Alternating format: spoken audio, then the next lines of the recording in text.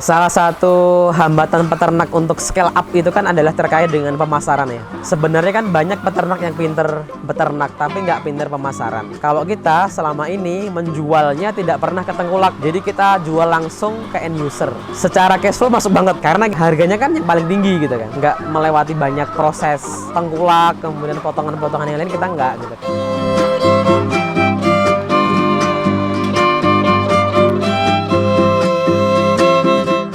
Perkenalkan, nama saya Hani Wahyu Nugroho. Ini adalah peternakan ayam bahagia. Kita nyebutnya kolase atau singkatan dari kolaborasi pangan sembada. Alamatnya di Kecamatan Wonosari, Kabupaten Klaten. Kenapa tertarik di dunia peternakan?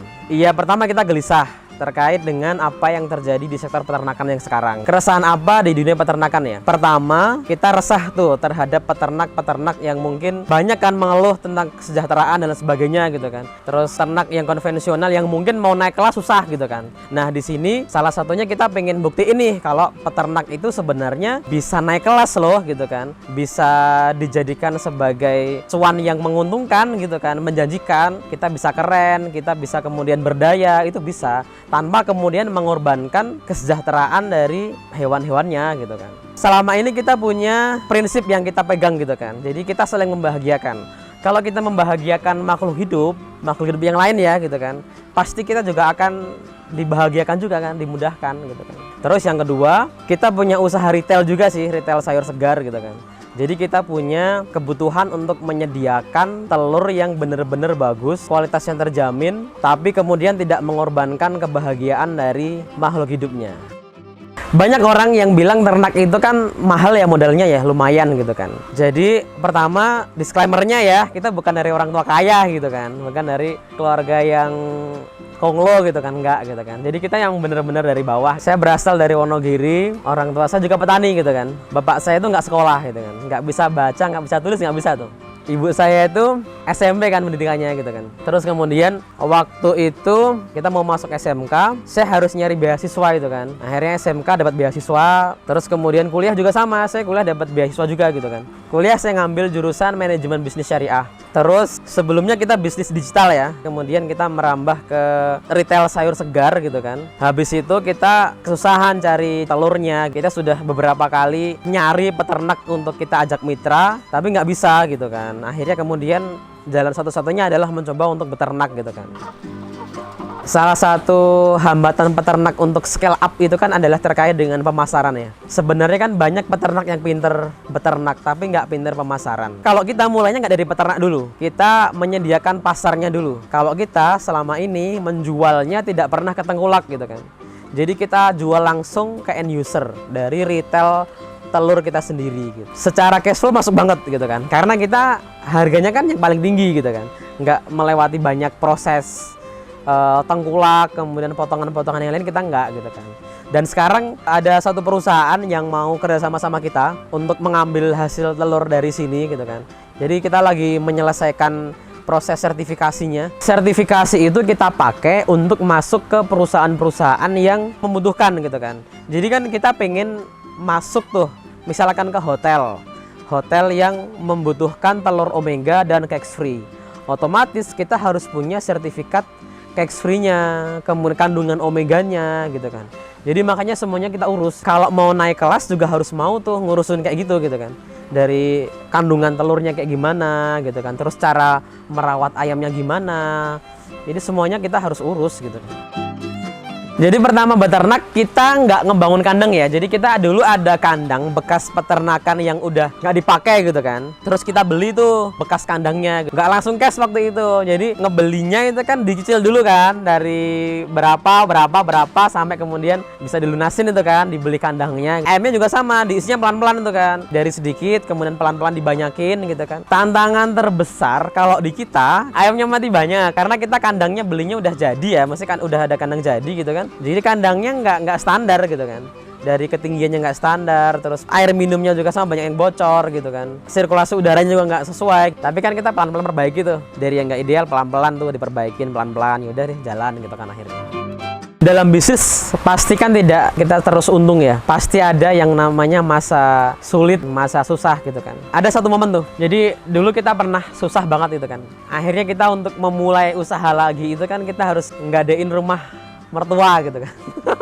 Terus kenapa kok nggak kapok gitu kan buat usaha gitu kan? Karena menurut kita punya mimpi besar dalam hal pangan ya. Kolaborasi pangan sembada ini hanya awalan. Sekarang di peternakan, di pertanian, di distribusi, kemudian pemasarannya gitu kan. Dari situ kita belajar tuh. Mental kita kan akhirnya kebentuk tuh. Kadang naik, kadang turun gitu kan. Itu adalah proses, menurut kita adalah prosesnya. Sampai kemudian kita dari kegagalan-kegagalan itu, dari error-error itu, pastikan kita belajar tuh. Ya udah pelan-pelan diperbaiki gitu kan. Yang salah bukan usahanya, yang salah bukan apanya. Gagal itu resiko gitu. Tapi kalau kita tidak mempertaruhkan itu, ya kita nggak bisa dapat apa yang kemudian kita pengen gitu kan. Kalau di sini sistemnya itu bebas sangkar ya, jadi bukan peternakan ayam yang di penjara, yang di baterai-baterai gitu, enggak. Tapi ini bebas sangkar gitu kan. Jadi karena basic dasarnya kita pengen membahagiakan makhluk hidup gitu kan. Ya, filosofi dasarnya udah yang penting pertama ayamnya bahagia dulu gitu kan. Bisa dilihat sendiri tuh kan, maksudnya ayamnya kan bisa ini kan, bisa lari-larian, mereka bisa ngobrol kali ya itu mereka. Mereka bisa lari-larian terus terbang gitu kan, bertengger gitu kan, mereka bisa dibebasin gitu kan, jadi mereka bisa explore lah. Karena orang itu nggak stres kali ya gitu kan. Kalau di bebas sangkar kita kan telurnya omega ya, bukan telur biasa, jadi harga jualnya kan juga lebih tinggi kan. Harusnya sih produk yang dihasilkan dari makhluk yang bahagia juga lebih bagus gitu kan. Kalau ukuran satu kandangnya ya, ukuran satu kandangnya itu kurang lebih 52,5, diisi kurang lebih 350 ekor. Tempat telurnya itu kan kita juga belajar dulu ya. Kita belajar tuh tentang tempat bertelurnya gitu kan. Jadi harus gelap, harus nyaman gitu kan. Jadi gue sama dalam satu ruangan kita kan juga sediakan 20-an tempat bertelur kan ya itu. Dalam satu ruangan. Jadi bertelurnya mereka bisa bergantian gitu kan. Tempat pakannya juga sama. Jadi tempat pakannya kita juga hasil imajinasi gitu kan. Kayaknya belum ada di tempat yang lain mungkin ya. Kalau di ayam bahagia ini perawatan rutinnya ngebersihin tempat minumnya. Jadi tempat minumnya juga sama. Kita nggak pakai nipel, tapi kita pakainya pipa kayak gini ya. Jadi ini kan mengalir terus ya. Penyakitnya apa ya gitu kan. Kalau di sini di ayam bahagia, pertama dulu kan kita alasnya pakai sekam ya. Harusnya kan disiapkan dulu skamnya biar siap, nggak terlalu berdebu. Dulu kita masukin sekam, langsung dimasukin ayam gitu kan. Jadi masih debunya masih banyak. Jadi kena penyakit snot, nah nafsu makannya jadi berkurang, ayam lemes, ayamnya jadi banyak yang mati gitu kan. Kita kan seiring berjalannya waktu kan juga belajar akhirnya. Dari yang awalnya nggak paham SOP, cuman ngasih makan sama ngasih minum sama vaksin gitu kan. Akhirnya kemudian kita belajar tuh gimana kemudian ngerawat ayam dengan baik tuh kayak gimana. Akhirnya kita belajar tuh pelan-pelan gitu kan. Kita main, kita belajar, kita baca buku. Jadi semua hal yang kemudian bertujuan untuk meningkatkan kesejahteraan, kesehatan, produksi, kita pasti kalau ada yang lebih bagus pasti kita perbarui gitu kan. Kalau kualitas, ya emang kita ngebuat peternakan dulu itu kan karena pengen menjaga kualitas ya. Kita selalu mengibaratkan ya, kalau peternakan itu yang makan juga kita gitu kan. Kita juga harus menyediakan yang paling bagus tuh gitu kan, yang paling baik. Kalau misalkan kita makan ya udah kita seneng gitu kan. Produksi rata-rata ya dalam ayam bahagia ini kalau normal itu 80-90% dari populasi. Total populasi kalau kapasitas kandangnya itu 14.000. Jadi kalau di peternakan kita itu kita ngebuatnya pakan sendiri. Jadi kita ingin memastikan output yang keluar dari peternakan ini itu dihasilkan dari proses yang benar. Dari bahan bakunya, kemudian dari prosesnya pas pembuatannya. Semuanya kita ingin pastikan itu ya bener gitu kan. Kalau misalkan kita makan sendiri kita nggak ragu gitu kan. Ya udah, ya emang itu produk yang bener, yang bagus gitu kan. Beternak itu rasanya gimana ya gitu kan. Beternak itu kan merawat makhluk hidup ya. Dan merawat makhluk hidup itu kita juga harus memperlakukan dia sebagai makhluk hidup. Tidak boleh kita kemudian egois. Kita harus hidup nyaman, enak. Tapi yang kita pelihara nggak nyaman, nggak enak kan nggak boleh gitu kan. Jadi kalau beternak itu rasanya gimana? Yang menurut kita enak gitu kan, seneng gitu kan. Karena membahagiakan makhluk hidup yang lain kan menyenangkan gitu kan.